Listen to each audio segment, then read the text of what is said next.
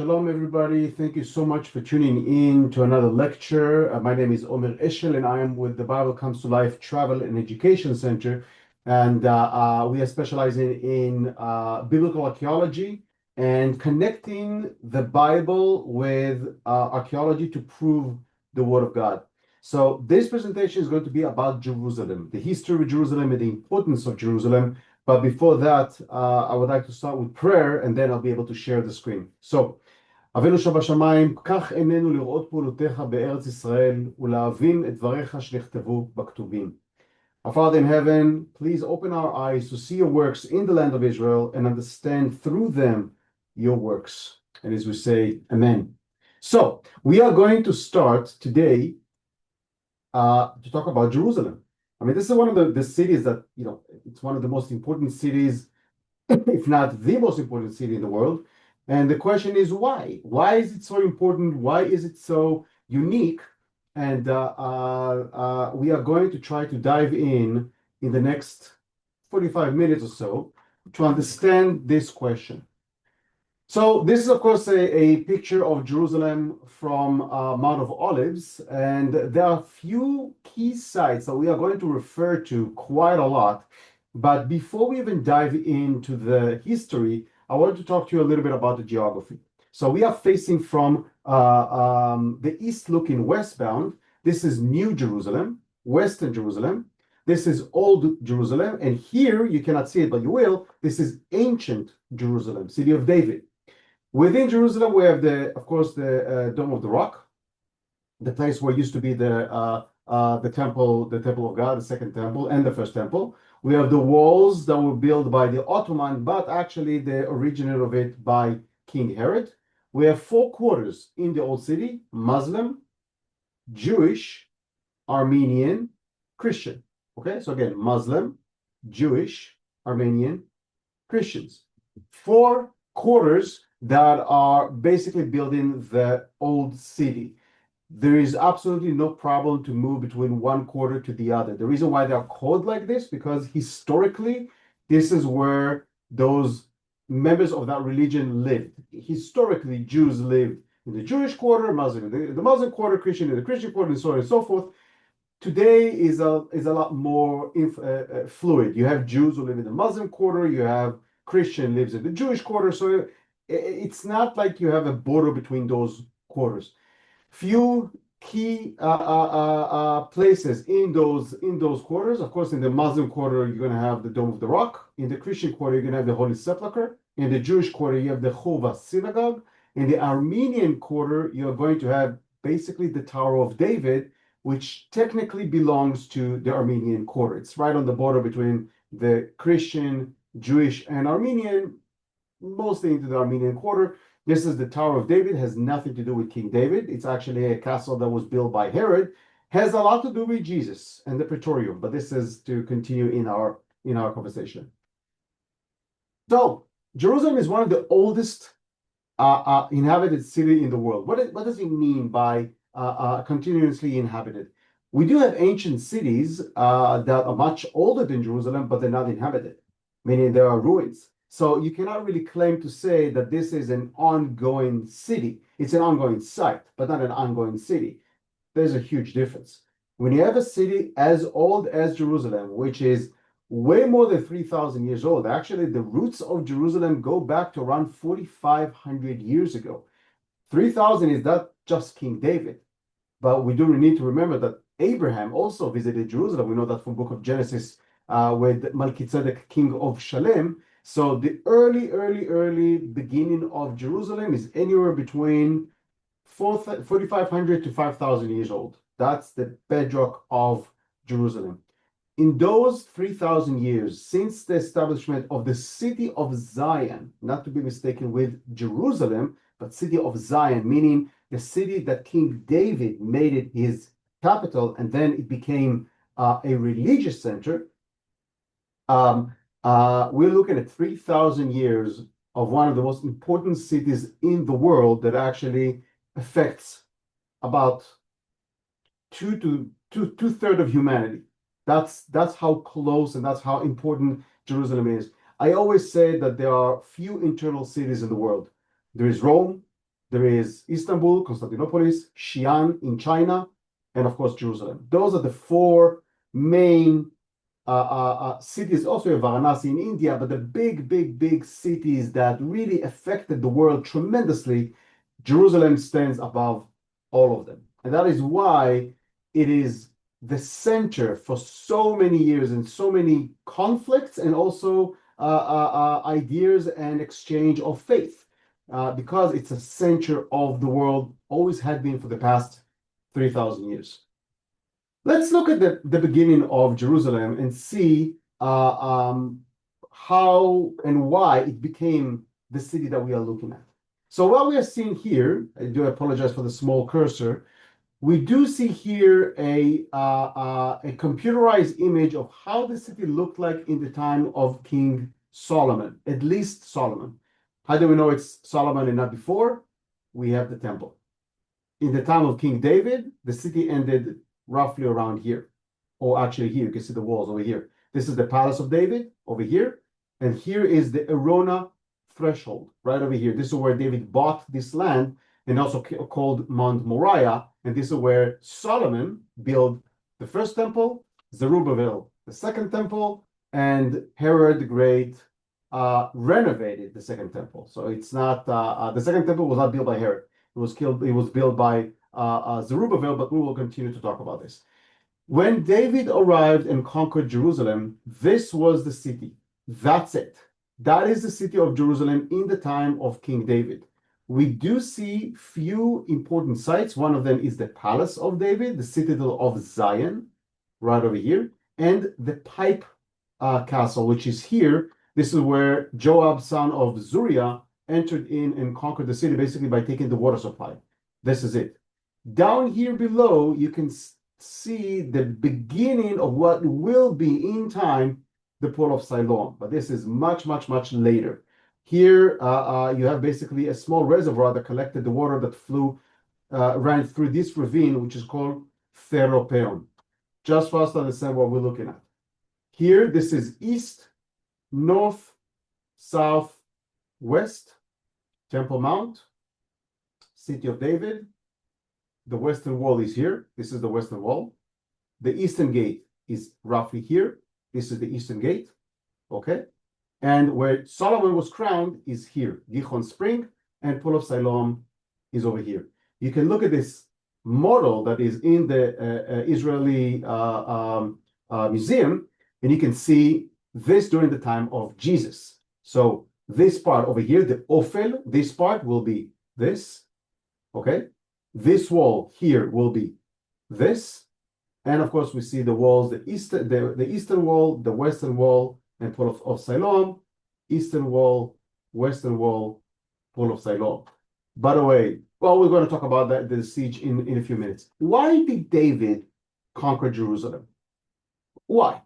The spiritual reason for that is because of Mount Moriah. According to the Bible, the place where Abraham binded Isaac is on top of Mount Moriah. And this is the place that we believe that this was the threshold of Arona, and this is why David decided to build the house of God. He never did it. Well, it was Solomon, but this is the reason why, the spiritual reason why he chose this place. There's another reason, and that reason has a lot to do with the politics in the Bible. We need to remember that David was a member of the tribe of Judah, where Saul was a member of the tribe of Benjamin. For us to understand that, south of Jerusalem is the auspices of the tribe of Judah. North of Jerusalem is the auspices of the tribe of Benjamin. Jerusalem, in the time of King David and King Saul, belongs to the Jebusite. It's not a Jewish city. It's not an Israelite city. So why this is so unique and so important? David came from Bethlehem. The capital of Judea was Hebron. We remember when Absalom betrayed David, he went back to reign in Hebron. That was the capital of Judea. The capital of Benjamin was Gibeah. We remember that story from Judges 19. That is Gibeah. The traditional or the religious capital of the Israelites were Shiloh. But when King David started to be the king, Shiloh was destroyed. Shiloh was destroyed after the Battle of Ibn Ezer, where the Ark of the Covenant was taken to the Philistine, and then it was returned to Beit Shemesh. That's in 1 Samuel. And the city itself was destroyed and burned down to the ground. The city of Shiloh, the house of Eli, the priest, where Samuel used to minister and used to work. And David is actually becoming a king in a time that the Israelites, not Jews, Israelites, don't really have a center of worship.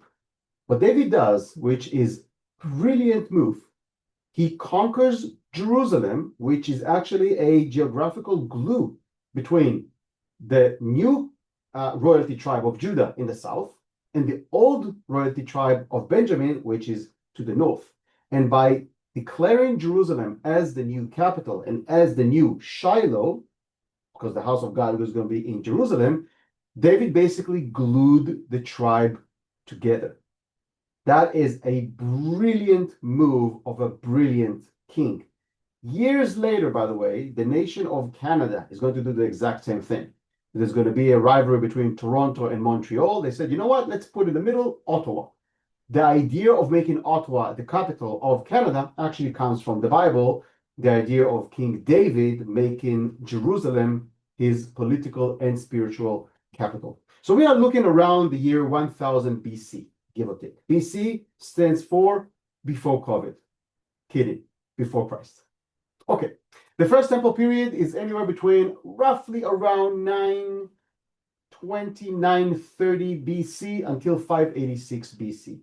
And this is what really started to shape Jerusalem. In the ancient world, we had cities that used to be a center of pilgrimage. This is not a Jewish invention, not at all. If you look, for example, in ancient Egypt, the city of Luxor or Thebes was a center of pilgrimage. When we look in Iraq, the city of Ur, and later on Nineveh, was a center of pilgrimage. When we look at Greece, the city of Delphi was a center of pilgrimage. So this is not a new notion and not a new idea. King Solomon was the one who built the temple of God. He built the house of God. He actually transformed Jerusalem to the center of Jewish worship. Now, this is important to remember. Now we are starting to use the word Jewish and not just Israelite. Why? Jewish comes from the word Judea. Jews are from Judea. Now we need to remember there were two nations, Israel and Judea. The political and spiritual center of Israel was mostly not Jerusalem. It was Bethel and Dan. If you remember King Jeroboam, son of Nevat, he was the one who built the golden calves. By the way, this is the Yam, the purification cistern or reservoir, which is on oxes. That's the golden calf. I'm not saying that this is the golden calf, but this is where the idea of Jeroboam came from. So he built two centers, one in Bethel, the other one in Dan, and basically tried to separate the Jewish center from the Israelite center. Did it work?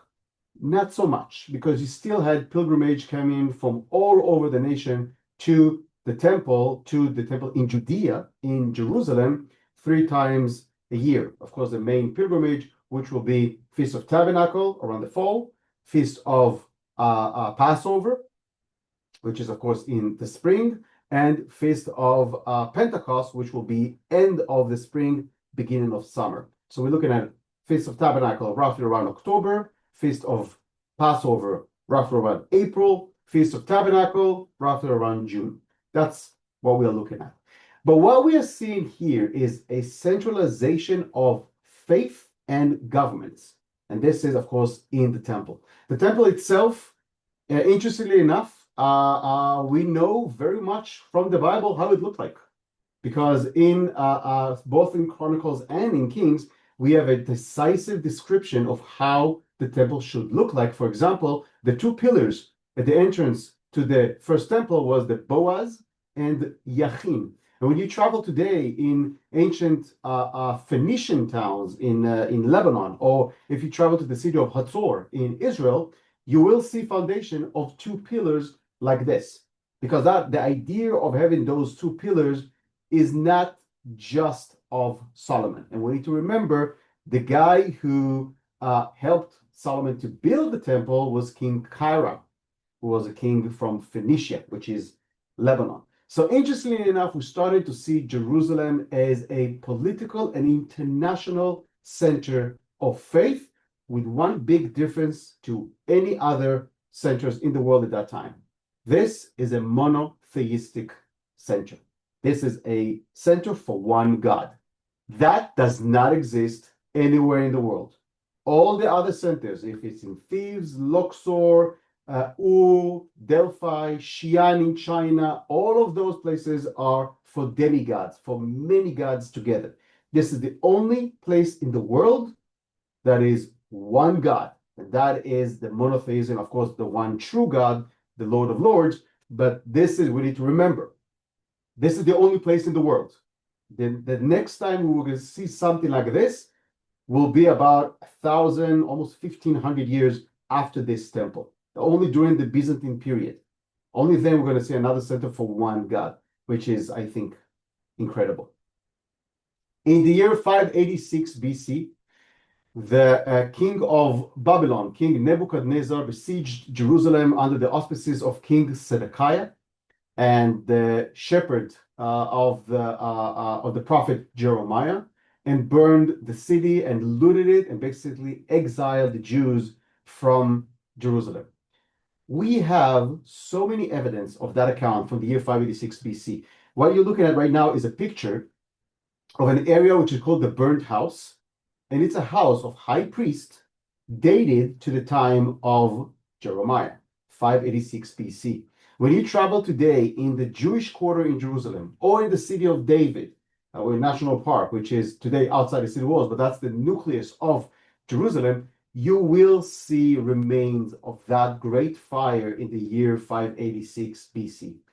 We need to understand the impact of that siege. It's not just the fact that Jerusalem was burned and destroyed by the Babylonian army. This is the destruction of the house of the one true God. Think what the Jews thought when they saw the first temple going up in flames. Because for them, it was not the first temple, it was the temple. They had no idea that 70 years later, God will send them back home to rebuild that temple. Think about the tragedy and think about the toil on their soul, that it's not just a destruction of a capital, and it's not just a destruction of a city, it is a destruction of faith. That is why when we read the limitations of Jeremiah, and of course later on by the rivers of Babylon, when we sit down and we wept when we remember Zion. Zion is not Jerusalem. They don't say we remember Jerusalem. They say we remember Zion, because Jerusalem is the city. Zion is the concept. Hence the word Zionism is a concept of the promise of God.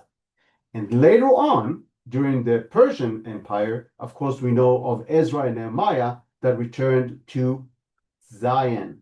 It's not the return to Judea, and it's not the return to Israel, and it's not the return to Jerusalem. It's the return to Zion. That is crucial for us to understand, because in any other city in the world, if the city was abandoned or destroyed and was rebuilt, it was never named by its spiritual name, only by its physical name, not spiritual. When Rome was sacked and looted by the Vandals during the 5th century AD, when they came to rebuild it, they came to rebuild Rome, not a different name. When the Jews came back to Judea and they came back to rebuild the house of God, they came back to Zion, not necessarily Judea or Jerusalem. That is a very important distinctive difference for us to understand. After the Jews came back, and now we're using the word Jews, by the way, not Israelites. Jews because it's Judea. When they came back with Ezra and Nehemiah, the city itself was destroyed, as we know from the book of Nehemiah, and it was basically a target for the Edomites. Edomites are Semitic tribes who came from the area of Petra. They are the ancestors of what we will see later on as the Amalekites, and also some tribes of the Arabs. So they come from the eastern parts of Jordan, bordering with modern-day Saudi. When Judea was destroyed and the Jews were exiled into Babylonia and Assyria, those Edomite tribes came in and basically started to loot whatever left of the city. And we need to remember, Jerusalem in the time of Zedekiah was a big city, was a big and important city. That's a city that sustained the siege of the Assyrians in the year 722 BC. We know that from the story of Hezekiah and the story of Josiah. But we need to understand that it was a very good place to be looted by those Edomites. When Nehemiah comes back, he actually asks for the approval of the Persian king to build the walls of Jerusalem. Why? Why this is so important? There's two reasons. Reason number one, of course, you want to build the city because you want to inhabit it, and you don't want those Edomites, Amalekites, to kill you and your family. That's number one, of course. Number two, the Persian king knew about the importance of Zion. So Nehemiah came to him and said, if you will allow me to build the house of God, the God of the Hebrews, the God of Israel, will give you favor. And that is one of the main spiritual reasons why the kings of Assyria, the kings of Persia, allowed Nehemiah to go back and build the walls. And even more so, Zerubbabel actually got funds from Persia to build the temple. So the second temple was not built by King Herod. This temple that you see here, which is in the Israel Museum today, the model of it, this was not built by the second temple was not built by King Herod. It was built by Zerubbabel. King Herod renovated this second temple. He didn't build it, he renovated. So we are seeing now the return of Zion, meaning the return of the house of God. Around the year 510 BC, that's when the returns of Zion start to build the second temple, and it stood there from 510 BC roughly until the year minus 40 or minus 30 BC. What happened then? We have King Herod the Great. King Herod the Great was one of the greatest builders in history, also a paranoid lunatic, and he's the one with the massacre of the innocents and all of that, but he's the one who basically glorified Jerusalem for the exact same reason. The reason why Herod the Great built so many magnificent structures in Jerusalem is to appease the Jews in the eyes of our God. It's not just a regular city. It is the seat of the house of the Lord. And he knew that.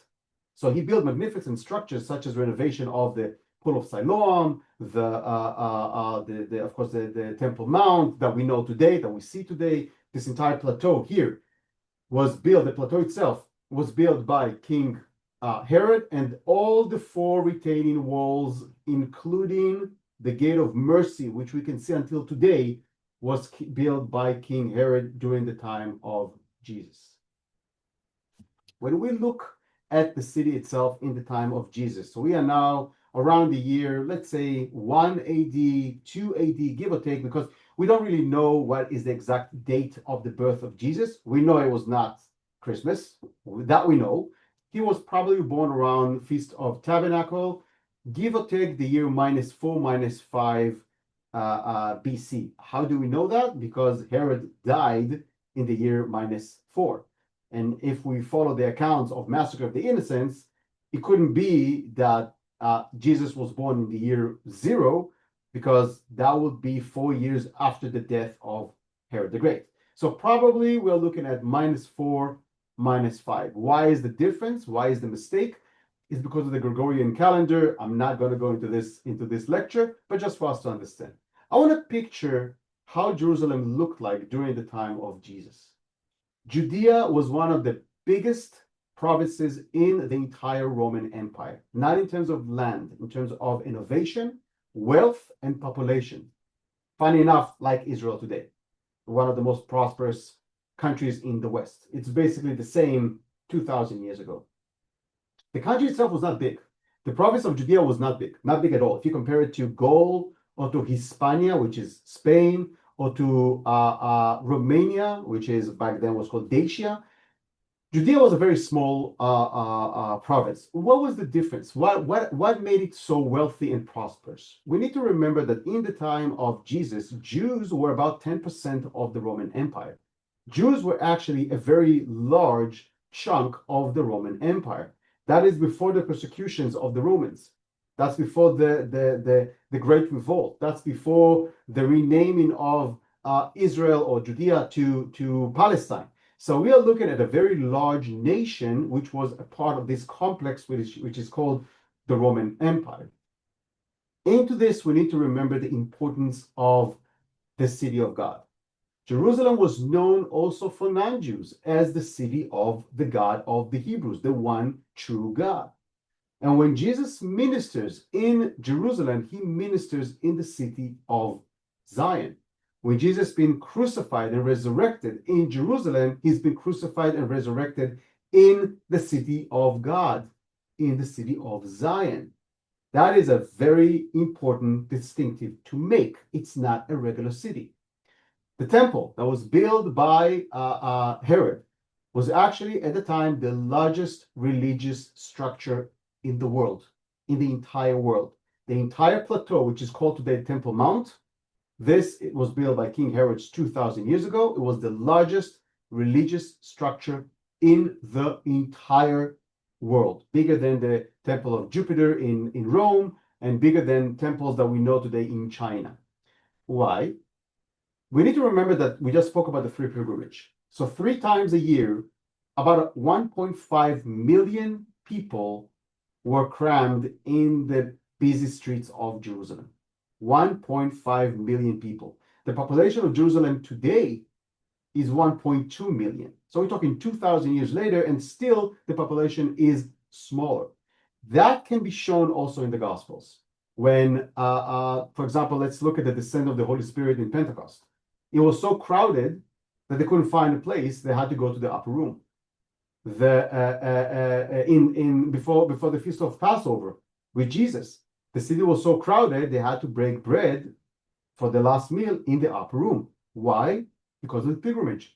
People came for pilgrimage. When Jesus entered into Jerusalem with the triumph walk, he entered to the feast of Passover. Jesus was crucified on the eve of Passover. He was resurrected on Easter, which is 3 days after. But the reason why he came to Jerusalem was not to fight against the Romans.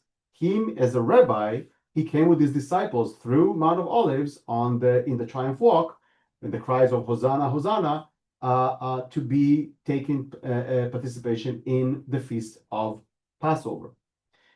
In Jerusalem itself, also, there were 2 miracles that were made by Jesus. And I'm talking, of course, about the miracle both encountered in the Gospel of John, John 9 and John 5, which is the miracle of the blind and the miracle of the lame. The miracle of the lame was done in a place called the Pool of Bethesda, which is north of the Temple Mount. And that was one of the main purification areas of the sacrifice. That's where they used to clean the flock before those animals used to be brought into the temple to be sacrificed. The other one is the Pool of Siloam. We spoke about the Pool of Siloam that was built by King Amaziah, later on renovated by King Hezekiah, and then renovated again by King Herod the Great. And these are the remains right here that you see. These are the remains of the actual Pool of Siloam. And here is where Jesus healed the blind. And remember what Jesus said here. When his disciples asked him, who sinned, him or his parents? And Jesus replied, neither, but this is to be shown through him the works of God. Why this is important, why those 2 miracles are so unique. Jesus performed a lot more miracles outside of Jerusalem than within Jerusalem. But Jerusalem is the city of Zion. It's the city of the living God. So that is a big deal. That is a very big deal. I do want to point here on a YouTube illustration that I found, which I think it's wonderful, to show how the Pool of Siloam looked like. So if we look at it right now, this is the Pool of Siloam that you can actually see here today. And this is how it harvested the water. I like this very much. So let's go back to our presentation. There we go. Of course, one of the most important sites in Jerusalem after the wall and after the temple is the tomb, the garden tomb. And a lot of people asking me, is this really the tomb of Jesus? Is it really the tomb of Joseph of Arimathea? How do we know that? I'm going to explain that from my own perspective. Do we know 100% that this is the tomb of Jesus? No, we don't. Do we know that this is the place that he resurrected? We cannot tell that. Why? He's not there, for he is risen. If you find a skeleton in here, this is not the tomb of Jesus. So this argument of where is the tomb of Jesus? Where is Golgotha? Is it in Garden Tomb? Is it in the Church of the Holy Sepulchre? Maybe it's in Mount of Olives. We don't know. The fact is that it doesn't matter. And this is something that we are trying to explain on our tours, in our study, and in our Bible teaching. We are not here to worship places and stones. We are here to commemorate events and commemorate ideas and commemorate miracles. So is this the burial place of Joseph of Arimathea, of Jesus? Is this his tomb? We don't know. Is this the first century tomb of a rich Jewish family? Yes, it is. Can it be the place of resurrection? Definitely. Can we prove it? No. But what's unique about this place is that this is, for me, I feel a lot more connected in this place than I do in Church of Holy Sepulchre. That's me. Other people will completely beg to differ, but this is the beautiful thing about faith. You cannot argue faith. That's the whole idea of faith. You either believe or you don't, and that's it. So the Garden Tomb, of course, dated to the time of Jesus, to the 1st century AD. One of the most amazing places, I think, in the world. In the year 70 AD, the Romans crushed the rebellion of the Jews against Rome, and the outcome of that rebellion was actually a destruction of the temple and looting of Judea. Today, when you go to the city of Rome and you're going to visit this place, which is called the Arch of Titus, this inscription is original from the year 70 AD, and it says the triumph of Titus. Here is the menorah that was taken from the temple, and here, and the showbread, the table of the showbread, and the shofars, the trumpets that were taken from the temple as loot into Rome. And these are the Jews that took that loot in humiliation going through this arch. I was here with my daughter in late October of 2025, and I can tell you, as a Jew, to walk there and to see that, it is incredible. Another building which has a lot to do with the destruction of Jerusalem is the Colosseum. Many people don't know that. The Colosseum was built by Vespasian and was finished by King Titus using the money and the gold that the Romans stole from the temple. As I said before, Judea was one of the strongest and richest provinces in the world. And then the money that they took was made to build the Colosseum. And today, if you visit in the Colosseum, roughly around this area, see this balcony right over here, there is a slab. There's a stone that actually says that this building is a gift of King Vespasian, and then you have a T added to it, meaning Titus, to the people of Rome from the spoil of war. That war, of course, was the war of the Jews of Judea. I want to point out something here before we're going to continue on this timeline. At this point, Jerusalem has been destroyed. The house of God was burned down and destroyed. So you might say this is the end. This is the end because for the second time, the house of God was burned and destroyed and the Jews are gone. Not so much. Why? Because when Jerusalem was destroyed, we already have another monotheistic approach to Judaism, which is called Christianity. Now, at this point, it's not called Christianity yet. It is still called Jews, or Messianic, or Nazarene, or strange Jews, as the Romans called them. But Jesus said in Matthew, not one stone will left upon another. So the destruction of the physical temple is a fulfillment of the prophecies of Jesus. That is why the fact that the temple itself as a house was destroyed, it did not destroy the faith. This is the first time in history that something like this happened. Why? Because this is a monotheistic religion. It's not the Oracle of Delphi. It's not the Temple of Jupiter. This is a place that commemorates the idea and the belief in the one true universal God. So Jerusalem actually gave a lot of authenticity to Christianity. And when the temple was destroyed, many people who were Jews or pagans read Matthew and they said, that rabbi, that Jesus prophesied that 40 years ago. Maybe he's right. And after the destruction of Jerusalem, the physical destruction of Jerusalem, we started to see a rise in that religion or this branch of Judaism, which later become Christianity. At this point, we need to remember, between the year 70 AD and the year 134 AD, Jerusalem is in ruin completely. There's nothing there. In the year 134 AD, King Hadrian of Rome starts to build a new city by the name Aelia Capitolina, which today the Muslim quarter is built on top of it. That's why it's built like shaped like a grid, the Muslim quarter. And in retaliation to that, we have another tremendous revolt, which is called the Bar Kokhba revolt, 134 to 136 AD. At the end of that revolt, Jerusalem is not being destroyed because Jerusalem is not Jewish anymore. It's Roman. The Jews are being destroyed. The Jewish towns are being destroyed. And the biggest thing, the name of Judea is being erased by the Romans, and now it's been called Palestine, Palestina Prima. Why? Because the Romans wanted to erase the name of the Jews. They could not have done it with destruction of the temple because the idea of God is not a house. God is everywhere. The Romans understood that at this point. So they said, if we cannot destroy the house of God, we're going to destroy the people of God.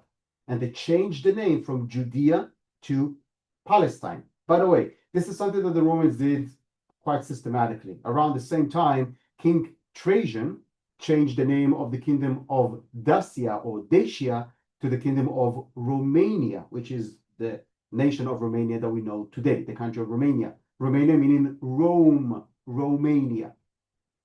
Why it didn't work so well in Israel? Because the Jews survived. The people of Dacia were killed.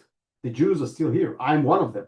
So the memory of the name Judea or the name Israel still lives on. A little bit of modern politics for us. After the Roman destruction, we have the Byzantine period. So the Byzantine period will be around 324 AD, what we call the Nicaea Creed, until the year 638 AD. This is a time that Jerusalem comes back to the notion of Zion and not Jerusalem. Again, the name Jerusalem, of course, remained. It is called Jerusalem. But the notion of Zion, to rebuild a house, but not so much in the idea of sacrifice. It's not a temple. It is not a temple. Why? The emperors of the Byzantine Empire, which are Romans that converted to Christianity, why they didn't build the temple? Because of the prophecy of Jesus. Jesus talked about the temple. There will be no stone on stone here. So in order to fulfill the prophecy of Jesus, the Christian rulers of the Byzantine Empire said, we don't want to rebuild the temple because that contradicts what Jesus said. What we will do, we are going to build many churches to commemorate the life, death, and resurrection of Jesus. Church of the Holy Sepulchre, as we see over here, was built in the year 325 AD. It's actually one of the oldest churches in the world, and you can still visit it. This structure itself that you see is from the medieval times, but the base of it is Byzantine, and it is a glorious, glorious building.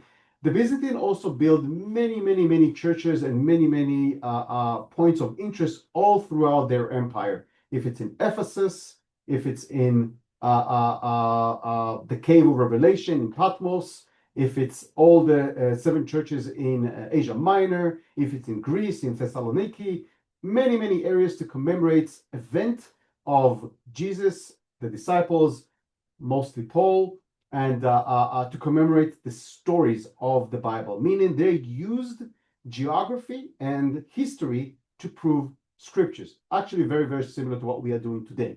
The one big difference, we are using archaeology, they built the sites. That's a big difference. So this is the Byzantine period. Jerusalem becomes, again, one of the most important cities and the richest cities, and it becomes a very large city with a population of roughly around 200,000 people. That is huge. And then we have the year 638 AD. During the 7th century AD, the Muslims who came from the Arab Peninsula of today's Saudi basically swapped the entire Byzantine Empire and the Sassan Empire, the Parthian Empire, which was on the east. What happened? We need to understand that. Around the 6th century AD, we have a plague which is called the Justinian plague. Many people know about the bubonic plague or the Black Death. We had another plague before that. During the Byzantine reign of King Justinian, we had a tremendous, horrific plague, which is called the Justinian plague, that basically killed 50% of the population of the Roman Empire. Same thing goes to the Sassan Empire or the Parthian Empire on the east, which is today modern Persia, Iran, modern Persia. And into that void, you have two empires that bashing each other up, the Byzantine and the Parthians. After they depleted their forces and add to this the disease, into this void, you have a warlord by the name Muhammad, who basically creates a new religion called Muslim, and he is sweeping all over the Middle East, North Africa, and Europe. He actually conquered the entire Spanish peninsula, all the way to the border of France. So Spain and Portugal were actually Muslim. Same thing goes for Sicily, for areas in Greece. The Islam empire is going crazy throughout what used to be Christian lands. When you look at the countries in the Middle East, Egypt, Syria, Lebanon, Iraq, Jordan, all of them were Christian. Actually, the four patriarchies of the center of the Byzantine world was Alexandria, Jerusalem, Antioch, and Constantinople. Those four are, well, three, because Constantinople is still under Byzantine hand. 3 out of the 4 are now under Muslim control. One of the first things that the Muslims did, the Caliph Omar ibn Khattab, after he conquered Jerusalem, he needed a justification to conquer such a strong and rich city. The earthly, obvious justification is loot. He wanted to steal and to become rich. He wanted to steal all the gold and all the possession of the churches in Jerusalem, what the Romans did 600 years beforehand. But he needed a religious justification. So he came up with an idea, and he said, in the Quran, it describes the night journey of Muhammad on his wonder horse called El Burak, and he flew over that night. It's called the Maharaj, and he flew over to a place called El Aqsa. El Aqsa meaning the furthest point. It doesn't say Jerusalem. Jerusalem actually appears in the Quran exactly 0 times. Jerusalem does not appear in the Quran. Also, Palestine does not appear in the Quran. However, house of the Lord, or Beit HaMikdash, the house of temple, the temple appears several times in the Quran. The name of Jerusalem in Arabic was Madinat Beit el-Maqdis, the city of the house of the Lord. That's the name in Arabic. Later on, of course, it became El-Aqsa because of political reasons. One of the first things that the Muslims are doing when they arrive and conquer Jerusalem, they are building the Dome of the Rock. This one, right over here. This is a Muslim structure that was built in the year 691, 693 AD. And it's one of the oldest Muslim religious structures in existence. But why? Why the Arab caliphates decided to build such a magnificent structure in such a remote city? Because of the importance of Zion. This is not Jerusalem. This is Zion. So by them building a temple, this is not a mosque, this is a temple, and this is not Al-Aqsa. This is Omar. This is the Dome of the Rock, not El-Aqsa. El-Aqsa is the gray one, which is on the other side of the plateau. Why did they build it? To contradict what Jesus said. The only reason why we are seeing the Golden Dome today in Jerusalem is to contradict the prophecy of Jesus, saying he was not who you think he was. If in Matthew it says there's not going to be a stone on stone, the first thing that the Muslims are doing is putting stone on stone. You're going to ask now, where's the remains of the temple? They're all here. All of Temple Mount today is made out of the stones of the actual temple that was built by King Herod and what Jesus saw as a child. So in the year 691, we are starting to see this structure, which later on will become the symbol of Muslim Jerusalem. At 1099 AD, we have a catastrophe in the world, which is called the First Crusade. We need to remember the climax before that. Europe, around that time, the beginning of the 12th century AD, the end of the 11th century AD, most of Europe is actually pagan, is not Christian. And we have Viking raids throughout the past 300 years along the shores of France, of Netherlands, of even Spain, all that area. You have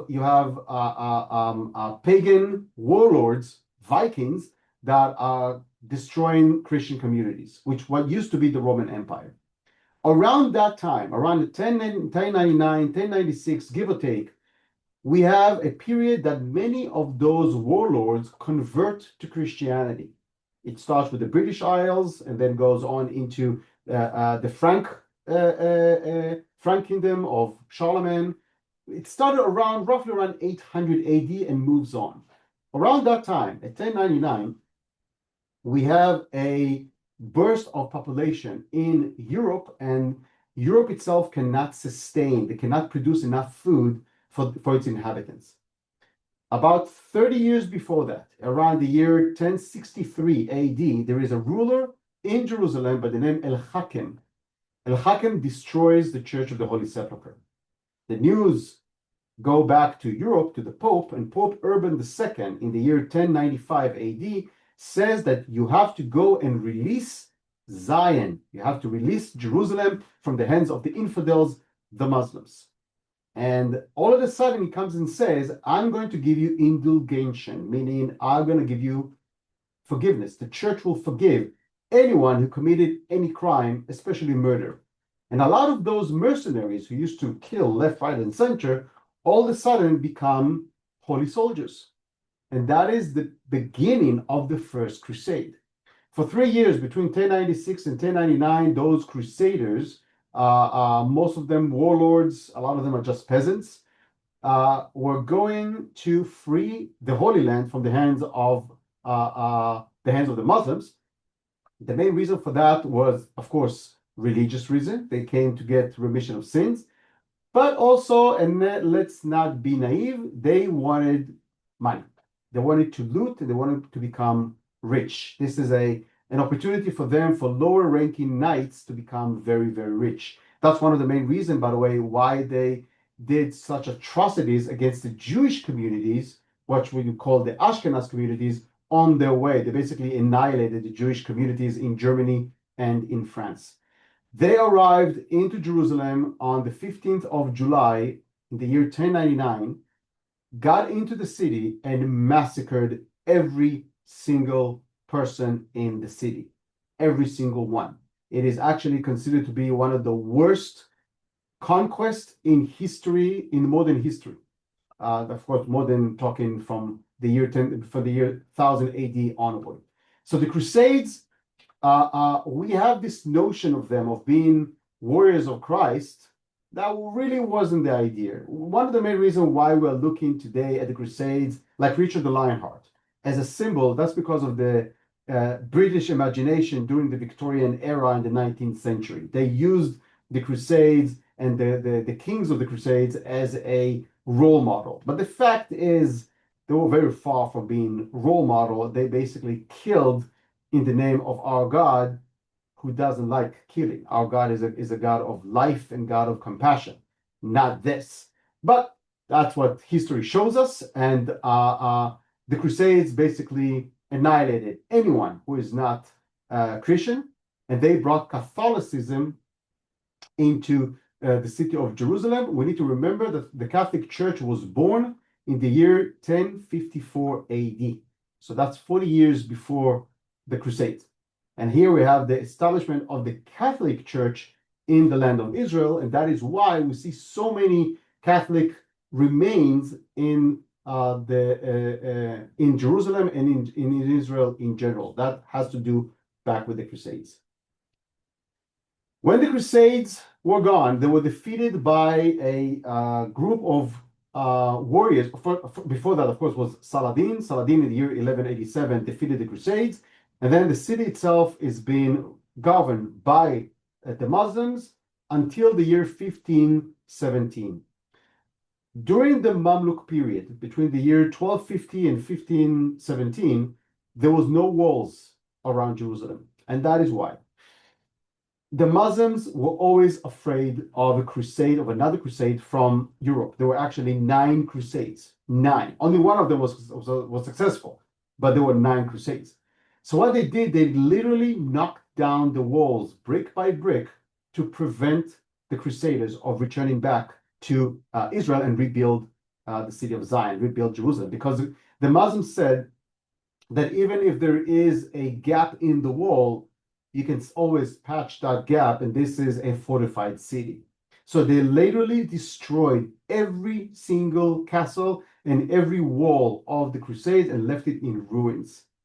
That is until the year 1517, when the Ottoman, the Turks, took over the Middle East, and King Solomon the Magnificent wanted to rebuild the walls of Jerusalem, again, because of taxation and because of political reasons. So the walls that we see here today, these walls actually were built originally by King, if you look all the way down, by King Hezekiah, later on by King Herod, later on by the Romans, later on by the Crusades, and on top of that, this area was built by the Ottoman. So the walls of Jerusalem that you see today were built actually between the years 1536 and 1541. These are the walls of Jerusalem. And this is me and my wife Michal overlooking the David Citadel, which has nothing to do with King David, what I said at the beginning of this presentation. This was a castle that originally built by King Herod, the lower part of it, and probably this is the Praetorium that the Bible speaks about. But again, this is not for this presentation. Jerusalem started to grow slowly, but within the city walls, because the climax of Judea, or back then it was called Jund Palestine, or Biliet Damascus. That's another name of the area of Jerusalem. It was a very unsafe area, and the city was extremely poor and extremely small. The entire population of Jerusalem between those years of 1517 till 1917, until the British arrived, was around 5,000 to 6,000 people. That's it. Just as a comparison, in the time of Jesus, we talked about 1.5 million. This, 5,000 to 6,000. That's the city of Jerusalem. In the year 1917, General Allenby enters into Jerusalem, dismount his horse, because again, this is not Jerusalem, this is Zion. This is the city of the living God. You don't go with a horse into it. He dismounted his horse, walked into Jerusalem, and read the Bill of Rights to all of its citizens. And around that time, in 1917, the British started to control the land of Israel and most of the Middle East, and they control Jerusalem. We have again 4 quarters: Jewish quarter, Armenian quarter, Muslim quarter, and Christian quarter, where the biggest population, the chunk of the biggest, the predominant religion in Jerusalem around that time is Jewish. The Jews were the majority of Jerusalem until the year 1948. In 1948, we have the War of Independence. The War of Independence was fought between the modern state of Israel, which is the Zionist state of Israel, not the biblical, the Zionist, and we spoke of what does the meaning of the word Zion what it's all about. It's the promise of God. That's Zionism. So the Zionist country, which later on to be called Israel, was fighting against the Jordanians, the Egyptians, the Moroccans, the seven armies that tried to annihilate the Jews. In 1949, Israel reached an agreement with the Kingdom of Jordan that Israel will withdraw from Jerusalem. Remember, Jerusalem was predominantly Jewish. There was a Jewish quarter. Israel will withdraw from Jerusalem with two conditions. Number one, nothing is going to be done to the Jewish quarter. Number two, Jews will gain free access to the Western Wall. This agreement was signed in the island of Rhodes in January of 1949. And the second after it was signed, two things happened. Number one, the Jewish quarter, this right over here, was blown up. This is how the Jewish quarter looked like after the War of Independence. This is not destroyed during the war. The Jewish quarter during the war was a full housing and full living quarter. When Israel gave it away to the Jordanians, they blew it up so they can come and say Jews were never here. Sounds kind of familiar, doesn't it? This is the Western Wall. Look how small the plaza is. The Jordanian built a neighborhood here called the Mughrabi and basically prevented any access of the Jews to the Western Wall. So this is the first time in almost 2,000 years since the destruction of the temple, with a short break in the time of the Crusades, that Jews were not allowed to reach the Western Wall at all. That's from 1948 until 1967. In 1967, before that, here is the Jewish quarter. Look at this, folks. Look at that. Today, this is the main road. This is Mount Zion. This is the road that goes down. This is the main plaza here of the Western Wall. Here you have bar mitzvahs and weddings and all of that. And this is the beautiful Jewish quarter, all blown up to pieces. Here's the Armenian quarter. So the Armenian quarter is intact. Jewish quarter is completely erased. But this is how God has an amazing sense of humor. You remember that in the beginning of the presentation, I showed you a slide that you see the burnt house that was dated to King Zedekiah. If the Jordanians would not have blown up the Jewish quarter, we would not be able to dig and to find the foundation of the Jewish inhabitants over there 3,000 years ago. I want to repeat that. When Israel came back and reclaimed Jerusalem in 1967, in the Six-Day War, the first thing that Israel did was to clear the access to the Western Wall and to rebuild, of course, the Jewish quarter. But when you want to rebuild the Jewish quarter, you need to dig for foundation. When they start to dig for foundation, we found the city of Jerusalem dated to King Hezekiah throughout the time all the way to Jesus. So because the Jordanians and the Arabs tried to erase Jewish history of Jerusalem, by doing so, they actually gave us archaeological proof of what we are claiming and the truth of the Word of God and Zionism. Again, God has a very, very good sense of humor. This is a picture here of British soldiers and an Arab legionnaire in 1948, before the war. After that, from 1967 until today, Israel is the one that controls Jerusalem, reunited Jerusalem, and this is the first time in 2,000 years that all three religions has complete freedom of worship. It never happened. Never happened in all 2,000 years since the destruction of the temple by the Romans. If the Muslim controlled, Jews and Christians were allowed to worship in silence. If the Christian crusade controlled, only Catholics, some Armenians were allowed to worship in silence. Only under the modern state of Israel, it is the first time in 2,000 years that you can pray in a mosque, you can pray in a church, you can pray in a synagogue, and nobody is allowed to tell you not to do that. Again, that is the whole idea of Zionism. This city is a city of the living God. And if you want to worship God through Christianity, who are we to tell you not to do it? If you want to worship God through Judaism, who are we to tell you not to do it? If you think that Islam is the way, we are not going to stop you.